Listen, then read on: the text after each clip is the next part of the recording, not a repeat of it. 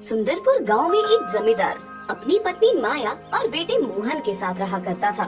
मोहन की वैसे तो दो पत्नियां थी, पर दोनों ही कैद खाने में थी। वो दोनों उन सभी के साथ न रहकर कैद खाने में रहा करती थी। बेटे, तूने तो दो दो शादियां कर ली, और क्या फायदा इन शादियों का जब तेरी दोनों पत्नियां ही तेरे साथ नहीं रहती। तो क्या करूं पिताजी, वे दोनों माँ की शर्तें पूरी नहीं कर पाई। अगर उन्होंने माँ की शर्तें पूरी कर दी होती तो आज वे दोनों कैद खाने में कैद नहीं होती। ठीक है बेटे, तू चिंता मत कर। तूने अपने पसंद की शादी की, इसलिए तेरी माँ ने उनकी परीक्षा ली, लेकिन वे दोनों उस परीक्षा में पास नहीं हो पाई। अब मैं तेरे लिए कोई ढूंढता हूँ, तो फिक्र मत कर। आप सच कह रहे हैं पिताजी?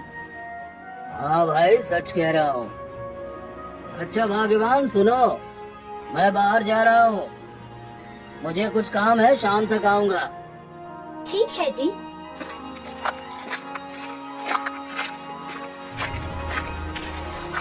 जमींदार चलते चलते काफी दूर निकल जाता है। जब चलते चलते वो जंगल पहुंचता है, तभी उसे बहुत जोरों की प्यास लगती है। क्या करूं? बहुत जोरों की प्यास लग रही है, और इस जंगल में तो कोई नदी तालाब भी नहीं दिखाई दे रहा। जमींदार जंगल में आगे बढ़ता है, तभी उसकी नजर एक मकान पर जाती है। वो मकान एक कुम्हार का था। जमींदार उस कुम्हार के मकान में जाता है, जहाँ एक बहुत ही सुंदर सी लड़की सुंदर सुंदर घड़े बना रही होती है। बेटी। जी, कौन है आप? बेटी, मैं अपने काम पे जा रहा था, मुझे बड़ी जोरों की प्यास लग रही थी। तुम्हारा घर देखा तो प्यास बुझाने आ गया। क्या तुम मुझे पानी पिला दोगी? जी जी बिल्कुल, आप यही ठहरिए, मैं आपके लिए पानी लेकर आती हूँ। कमला अंदर जाती है और एक गिलास पानी ले आती है, लेकिन उस गिलास के पानी में वो कुछ तिनके डाल देती है। इस गिलास का पानी तो बहुत साफ है, और इस लड़की ने गिलास के पानी में ये तिनके क्यों डाले हुए हैं? ये क्या रहस्य है? एक काम करता हूँ, पानी पी लेता हूँ, फिर इस लड़की से इस विषय में पूछता हूँ। जमींदार पानी को अच्छे से धीरे धीरे फूंक फूंक कर और तिनके अलग करके घूंट घूंट पीता है। बेटी, पानी देने के लिए पहले तो तेरा बहुत बहुत धन्यवाद। पर बेटी, एक बात मुझे समझ में नहीं आई। वो क्या? तुमने मुझे जो पानी दिया वो बहुत साफ सुथरा था, लेकिन उसमें तुमने कुछ तिनके के टुकड़े डाले हुए थे। वो मुझे कुछ समझ में नहीं आया। वो तिनके के टुकड़े मैंने इसलिए डाले थे ताकि आप पानी को एक साथ न पिए, बल्कि आप उन तिनकों को धीरे धीरे अलग करके घूंट घूंट पिए। पर ऐसा क्यों? आप बहुत देर से धूप में सफर कर रहे हैं और आपको बहुत जोरों की प्यास लगी थी। अगर मैं आपको पानी का ग्लास बिना तिनकों के डालकर देती तो आप सारा का सारा पानी घटाघट पी जाते, और इससे आपकी तबीयत खराब हो सकती थी, इसलिए मैंने ऐसा किया। वाह, इतनी समझदार बच्ची है ये। इससे समझदार लड़की तो शायद मुझे ढूंढने पर भी न मिले। क्यों न मैं इसे अपने घर की बहू बना लूं। क्या हुआ? क्या सोच रहे हैं आप? बेटी, तुम्हारे इस घर में और कौन कौन रहता है? मैं और मेरी माँ। अच्छा, ये काम करो बेटी, जाओ तुम अपनी माँ को बुला लाओ। जी ठीक है। कमला अपनी बूढ़ी माँ को बुला लाती है। जी कहिए, कौन है आप और आपको मुझसे क्या काम है? जी, मैं सुंदरपुर गांव का जमींदार हूँ। मुझे आपकी बेटी बहुत अच्छी लगी है, मैं इसे अपने घर की बहू बनाना चाहता हूँ। क्या ये आप क्या कह रहे हैं? हम ठहरे एक मामूली से घड़े बनाने वाले और आप जमींदार। हमारे पास तो 2 वक्त की रोटी भी खाने के लिए नहीं है, और न ही हम आपको कुछ दहेज में दे पाएंगे। फिर कैसे बनेगा हमारे बीच संबंध? नहीं नहीं, हमें आपसे कुछ नहीं चाहिए, हमें सिर्फ आपकी बेटी चाहिए। अब आप बताइए, क्या आपको ये रिश्ता मंजूर है? पर मालिक इतनी जल्दी? हाँ, तो शुभ काम में देर नहीं करनी चाहिए। फिर ठीक है, मैं कल ही बारात लेकर आपके घर आता हूँ। माँ, आप इन्हें हाँ कह दीजिए। बेटी, तू ये क्या कह रही है? मैं इन्हें कैसे हाँ कह दूँ? हमारे पास तो 2 वक्त की रोटी खाने के लिए भी कोई अनाज नहीं है। फिर सारी बारात को खाना कैसे खिलाएंगे? माँ, मैं हूँ ना, आप फिक्र मत कीजिए। आप बस हाँ कह दीजिए, बाकी मैं देख लूंगी। ठीक है मालिक, आप कल बारात लेकर आ जाइए। जमींदार अपने घर चला जाता है। बेटी, मैंने मालिक को कल बारात के लिए तो बोल दिया है, लेकिन कैसे क्या होगा मुझे तो कुछ समझ नहीं आ रहा। माँ, आप फिक्र मत कीजिए, सुबह देखते हैं जो भी होगा। माँ, ओ माँ, जल्दी उठ। क्या हुआ बेटी? जल्दी से गांव के 2 लोगों को बुला ला जो डोली को उठा सके। साथ में एक दिया और माचिस भी रख देना और मुझे तैयार करके बारात आने से पहले भिजवा दे। बुढ़िया ने ऐसा ही किया। जब आधे रास्ते में दूल्हा बारात समेत आ गया, तब कमला भी पहुंच जाती है। भैया, डोली यहीं रोक दीजिए।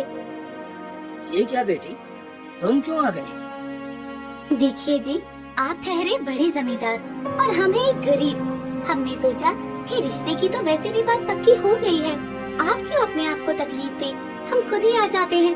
वैसे खाना बन गया है, अगर आप सभी को हमारे घर चलना है तो चल सकते हैं। खाना वाना खाकर हम वापस आ जाएंगे। अरे नहीं नहीं नहीं, काफी लंबा सफर है। अब इतना लंबा सफर करने से क्या मतलब? हमें तो वैसे भी अपने घर की बहू मिल गई है, तो अब हमें वहाँ जाने की क्या जरूरत है? हम यहीं से वापस चलते हैं और यही अच्छा भी होगा। जमींदार ऐसा कहकर कमला को अपने घर ले आते हैं। अब मैं अपनी पसंद की बहू तो ले आया, पर मुझे डर है कि कहीं मेरी पत्नी इसे भी परीक्षा में फेल न कर दे। इसकी शर्त 2 बहुओं पर तो भारी पड़ गई है, अब इस पर भी न पड़ जाए। ले आए अपने पसंद की बहू। चलो, अब मैं इसे ले जाकर देखूं तो कि मेरे इस घर में रहने लायक है भी कि नहीं, ये मेरी शर्त को पूरा कर पाती है कि नहीं। शर्त? कैसी शर्त माँ? आओ बताती हूँ। कमला की सास उसे एक अंधेरे कमरे में ले जाती है और कमला से कहती है, बेटी, इस कमरे में अंधेरे की माँ रहती है, तुम पहले उसे मारो, तभी मैं तुम्हें अपने घर की बहू बनाऊंगी। कमला थोड़ी देर खड़ी खड़ी सोचती है, फिर उसकी माँ ने जो माचिस और दिया उसको दिया था वो निकालती है और जला देती है, जिससे सारे कमरे में उजाला फैल जाता है। अरे वाह, इसने तो मेरा सवाल ही हल कर दिया। अजी सुनते हो मोहन, देख, इसने तो मेरा सवाल हल कर दिया। वाकई बहुत समझदार बहू आई है इस बार हमारे यहाँ। पहले की जो बहुएं आई थी, उनसे मैंने जब कहा कि अंधेरे की माँ को मारो, तो उन बेवकूफों ने डंडा उठाया और यहाँ वहाँ मारने लगी, पर इस बहू ने मेरा सवाल आसानी से हल कर दिया। भाग्यवान, अब तो तुम खुश हो ना? हाँ जी, मैं बहुत खुश हूँ। हाँ, तो अब चलो भी, बहुत दूर से आई है, उसे खाना वाना दे दे चलकर। ठीक है, चलिए। मैं खाना नहीं खाऊंगी। क्यों बेटी, खाना क्यों नहीं खाएगी तू? माँ, आप पहले उन दोनों को जिन्हें आपने कैद किया है और बाहर निकाल दीजिए, फिर मैं खाना खाती हूँ। नहीं बेटी, वो दोनों तो मूर्ख हैं, बेवकूफ हैं। दोनों मेरे सवाल हल नहीं कर पाई, इसलिए दोनों उम्र भर कैद ही रहेंगी। तो उनकी फिक्र छोड़ और खाना खा। माँ, उनके पास जितना दिमाग था उन्होंने उपयोग किया। अब 5 उंगलियां एक बराबर थोड़ी होती है। आप उन्हें माफ कर दीजिए। उन्हें नहीं समझ आया तो उसमें उनकी कोई गलती नहीं। आप कृपया कर उन्हें माफ कर दीजिए। ठीक है, मैं उन्हें उस कैद से बाहर निकाल देती हूँ। कमला की सास उन दोनों को बाहर निकाल देती है, जिसके बाद वे तीनों बहुएं खुशी खुशी साथ रहने लगती हैं। साथ रहते रहते उन्हें अरसा बीत जाता है। एक दिन पूरे राज्य में सूखा पड़ जाता है जिससे लोग अनाज के दाने दाने को तरस जाते हैं। सारे राज्य में भूखमरी फैल जाती है। तभी जमींदार अपनी 3 बहुओं से कहता है, बेटी, इस राज्य में लोग दाने दाने को परेशान हैं। हमारे यहाँ भी हम ठीक से 2 वक्त की रोटी का जुगाड़ नहीं कर पा रहे हैं। एक काम करो, तुम अभी अपने घर चले जाओ। जब स्थिति अच्छी हो जाए तब आ जाना। पिताजी, मेरी तो एक बूढ़ी माँ थी, बस उनके अलावा मेरा इस दुनिया में कोई भी नहीं था। वो भी बहुत उम्र की हो चली थी, अब वो भी मर गई होंगी। अब मैं अपने घर भी नहीं जा सकती, पर हाँ, एक काम कर सकती हूँ। मैं खुद कुछ काम तलाशती हूँ और आप सभी की जिम्मेदारी ले लेती हूँ। बस मुझे आप मेरे मायके मत भेजिए। ठीक है बेटी, अगर तेरी यही इच्छा है तो ठीक है। कमला अपना मर्दाना भेष बनाती है और काम की तलाश में दूसरे राज्य निकल पड़ती है। वो एक राजा के पास पहुंचती है और कहती है, महाराज, मैं बड़ी दूर से आया हूँ और मेरे राज्य में भूखमरी पड़ी हुई है। समझ नहीं आ रहा कि क्या करूँ। मेरी 3 पत्नियां हैं, बूढ़े माँ बाप हैं, उनका लालन पालन मेरे ही जिम्मे है। क्या आप कृपया करके मुझे कोई काम दे देंगे? हाँ, मुझे भी एक बहुत तेज तर्रार होनहार आदमी की जरूरत है। जी महाराज, बिल्कुल बताइए क्या काम है, मैं बिल्कुल करूँगा। मेरे पास एक काम है। यहाँ इस राज्य में जब जब किसी दोषी को सजा और फांसी दी जाती है, उसकी लाश अचानक न जाने कहाँ गायब हो जाती है। तुम्हें उस लाश का पहरा देना है और पता लगाना है कि आखिर लाश जाती कहाँ है। सुबह तक लाश न जाने कौन खा जाता है, जिससे लोग मुझे न जाने पीठ पीछे क्या क्या कहते हैं। राज्य के सारे लोग कहते हैं कि राजा लोगों को फांसी की सजा देने के बाद न जाने लाश क्या करता है और हमें देता भी नहीं है। तुम अगर मेरा ये काम कर सकते हो तो करो, मैं तुम्हें अच्छा खासा धन दूंगा। जी ठीक है महाराज, मुझे ये काम मंजूर है और आप मुझे एक तलवार और एक जाल दे दो। ठीक है। राजा ने कमला को तलवार और जाल दिया और उसी जगह पर ले गया जहाँ दोषियों को फांसी की सजा दी जाती थी। यही वो जगह है। आज यहाँ एक आदमी को फांसी दी जाएगी। तुम यही इस मुर्दे का पहरा देना और ध्यान रहे लाश गायब न होने पाए। ठीक है महाराज, आप फिक्र ना करें। दिन में उस आदमी को फांसी दी जाती है और कमला रात भर एक पेड़ पर बैठकर जाल और तलवार लेकर उस मुर्दे की निगरानी करती है। कुछ देर पहरा देने के बाद वहाँ एक डायन आती है जो मुर्दे को खा जाती है। ओह, तो ये है वो डायन जो मुर्दे को खा जाती है। जैसे ही वो डायन मुर्दे को खाना शुरू करती है, कमला उसके ऊपर जाल फेंक देती है और तलवार से उस पर वार करने लगती है। देखो, मुझे मत मारो, मुझे मारकर तुम्हें क्या ही हासिल होगा। मेरा तो काम है मरे हुए इंसान को खाना।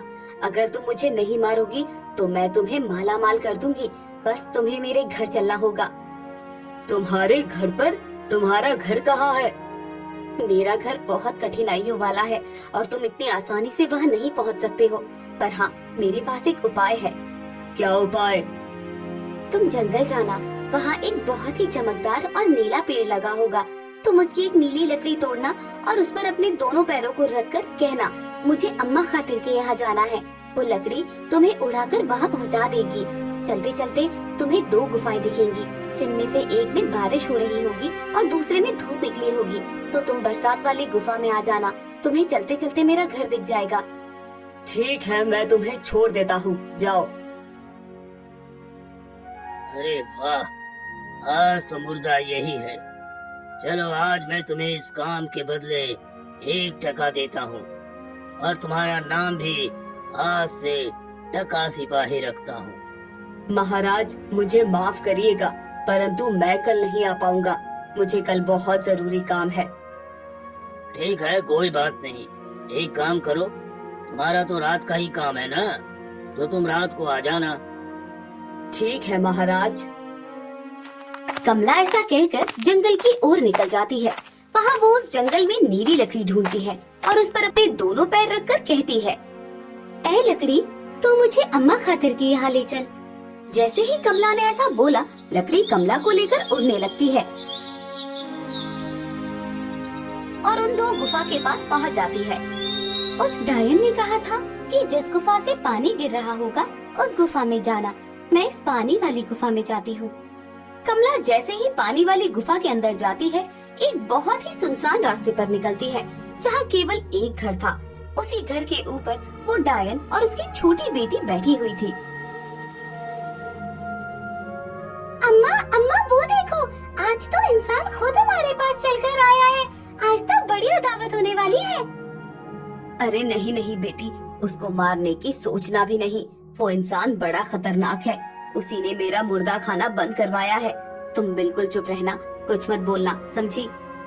कमला उनके पास जाती है। बेटा, आ गए तुम? हाँ, मैं आ गया। बेटा, ये मेरी बेटी है, तुम इससे शादी कर लो और अपने साथ ले जाओ।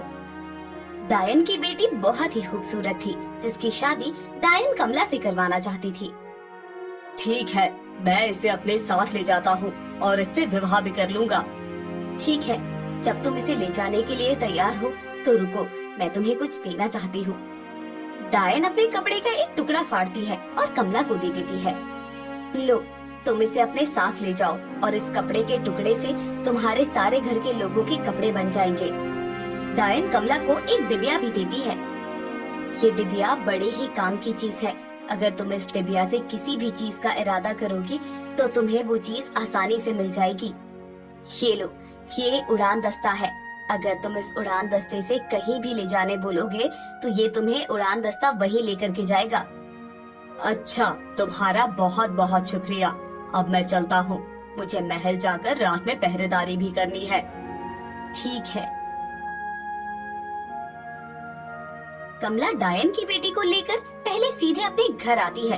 अपने घर के सारे लोगों को वो कपड़ा देती है, जिससे सबके बहुत सुंदर सुंदर कपड़े बनकर तैयार हो जाते हैं। एक दिन की बात है, मंत्री कमला के घर से गुजरता है, तभी उसे प्यास लगती है। बड़ी जोरों की प्यास लग रही है। चलो इसी घर से किसी से मदद मांगता हूँ। कोई है अंदर? कोई है क्या? हाँ, कहो, क्या बात है? अरे बड़ी जोरों की प्यास लग रही थी, जरा पानी पिला देंगे क्या? हाँ हाँ जरूर, क्यों नहीं, आइए, अंदर आइए। अरे वाह, इन लोगों का मकान तो छोटा सा है, लेकिन इनके कपड़े तो देखो, किसी शाही परिवार के कपड़ों की तरह लग रहे हैं। पर ये कपड़े इन सभी के पास आए कहाँ से? तभी उसे कमला दिखती है। अरे तो तुम्हारा घर है ये? जी, ये मेरा घर है। ये लीजिए पानी। ठीक है, फिर मैं चलता हूँ। मंत्री सीधे राजा जी के पास पहुँचता है और उन्हें बताता है। महाराज, ये जो आपने महल में नौकर रखा है ना, अरे मुर्दों की देख रेख के लिए, इसके घर में बहुत सुंदर सुंदर औरतें हैं। इतना ही नहीं, इसके घर की सारी औरतें इतने अच्छे कपड़े पहनती हैं जिसका कोई जवाब नहीं। ऐसे कपड़े तो हमारे महल में भी किसी के पास नहीं है। क्या सच कह रहे हो मंत्री? जी महाराज, मैं बिल्कुल सच कह रहा हूँ। पर उसकी सारी पत्नियाँ मुझे कैसे हासिल होंगी? महाराज, मेरे पास एक उपाय है। हाँ हाँ मंत्री, जल्दी बताओ क्या उपाय है। आप उस नौकर को यहाँ बुलाइए और उससे कहिए कि आपके राज्य के इस कोने से उस कोने तक बहुत लंबी नदी बनाए, और वो भी सिर्फ एक रात में। राजा दूसरे दिन कमला को बुलवाता है। तुम्हें आज मेरा एक काम करना है। तुम्हें मेरे इस राज्य में एक दिन में बहुत गहरी नदी बनानी है। अगर तुम ऐसा नहीं कर पाए तो मैं तुम्हें फांसी दे दूंगा। कमला सोच में पड़ जाती है और अपने घर जाती है। क्या हुआ जी, आप बहुत परेशान लग रहे हैं। कमला उसे सारी बात बताती है। बस इतनी सी बात, ये तो बहुत आसान काम है और आप चिंतित हो रहे हैं। ये आसान काम है? तुम पागल हो क्या? और क्या, अम्मा ने जो आपको डिबिया दी थी वो किस काम आएगी? आप उस डिबिया से जो चाहो मांग सकते हो। एक काम करिए, आप उस डिबिया से 2 जिन मांगिए ताकि वो दोनों एक रात में नदी बना दे। कमला ऐसा ही करती है, जिससे एक रात में नदी बनकर तैयार हो जाती है। महाराज, ये आपने क्या किया? इतनी लंबी चौड़ी नदी बनवा दी जिसमें सारे बच्चे जानवर गिर रहे हैं। महाराज, आपने नदी बनाकर अच्छा नहीं किया। आदमी चला जाता है। हरामखोर, तेरी वजह से हुआ जो भी हुआ है।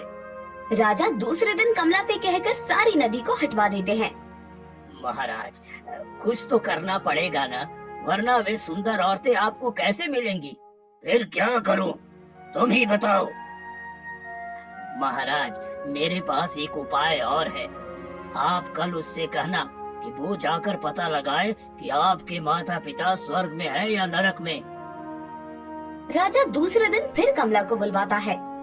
जाओ, मेरे माता पिता का पता लगा कर आओ कि वो स्वर्ग में है कि नरक में। अगर तुमने पता लगा लिया तो मैं तुम्हें बहुत सारा इनाम दूंगा, और अगर तुमने नहीं पता लगाया तो मैं तुम्हें सजा दूंगा। कमला फिर अपने घर जाती है और उदास बैठ जाती है। आज आप फिर उदास हैं, क्या हुआ जी? कमला उसे सारी बातें बताती है। बस इतनी सी बात के लिए आप चिंतित हो रहे हैं? आप एक काम करिए, राजा से कहकर एक चिता तैयार करवाइए और आप उस पर लेट जाना। साथ में डिबिया भी रख लेना। जब चिता जलने लगे तब आप डिबिया से कहना कि मुझे एक छोटी चिड़िया बना दे, और चिता जलने पर आप वहाँ से उड़ जाना। कमला दूसरे दिन राजा जी के पास पहुँचती है। महाराज, आप एक चिता तैयार करिए ताकि मैं पता लगा सकूं कि आपके माता पिता कहाँ हैं। लेकिन मुझे इस काम में 8 दिन का समय लगेगा। ठीक है। राजा कमला की बात सुनकर बहुत खुश होते हैं। वो फौरन चिता तैयार करवाता है, जिसके बाद कमला वहाँ से चिड़िया बनकर उड़ जाती है। अरे, अब मरने के बाद कोई कहाँ आने वाला है? एक काम करता हूँ, उसकी सारी औरतों को मैं अपने महल में ले आता हूँ। नहीं महाराज, आप उन्हें 8 दिन के बाद ही महल में लाना, वरना बाकी लोग कहेंगे राजा अपनी बात का पक्का नहीं है। ठीक है मंत्री।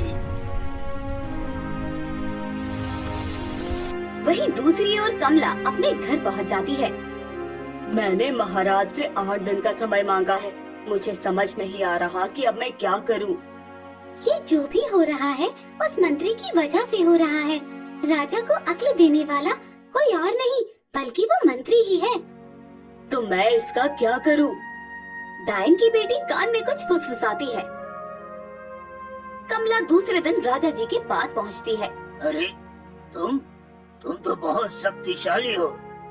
लगता है तुम्हारे पास कोई चमत्कारी शक्तियाँ हैं। महाराज, मैं आपके माता पिता से मिलकर आया।